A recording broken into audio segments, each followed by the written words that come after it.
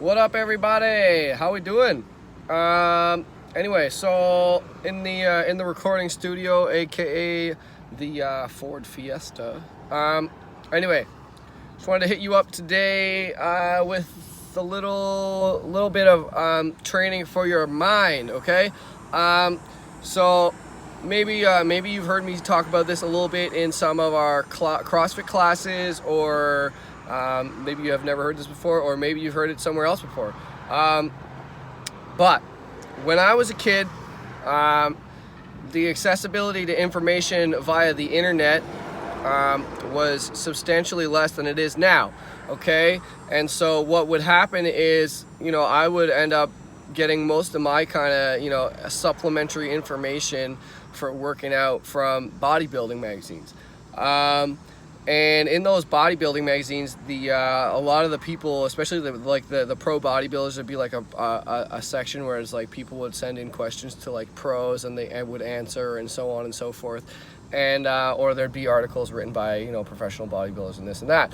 And so a lot of what they would talk about in those articles, which I think is still very applicable, and I mean, if you know me, you know I'm not the hugest fan of bodybuilding per se, or training specifically for aesthetics, but the one thing that still sticks with me today that I talk to people about regularly is what they used to say, which is kind of making the muscle-mind connection.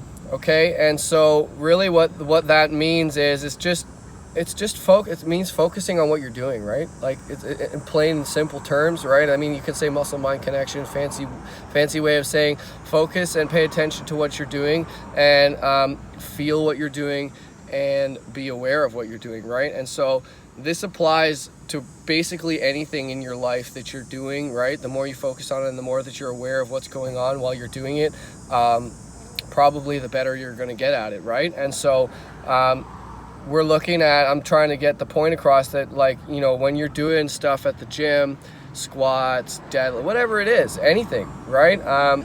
However, I would say probably the more specific the exercise gets, so like the more of an isolation exercise it becomes that you're doing, you want to try and really, really, really focus on connecting with that muscle that you're trying to work, or connect with the form or how it's supposed to feel, and not just do it, right? Like, I mean, a lot of people, I think, are, and myself included in that, are guilty of just like shutting their brain off, and they just do it, right? Like, they don't think about it, they don't think about what it feels like, they don't think about what it looks like, they don't think about what muscles they're trying to activate or actively work when they're actually doing it.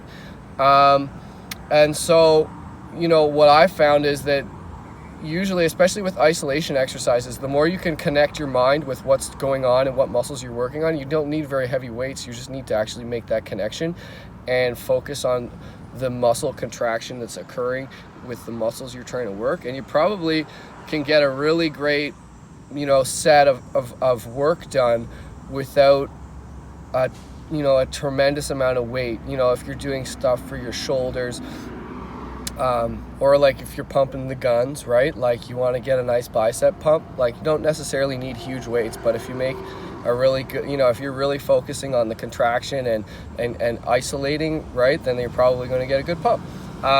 So that's my 2 cents for the day. All right. Whatever you're doing, especially if it's physical in the gym, you really want to try and connect mentally with what you're doing.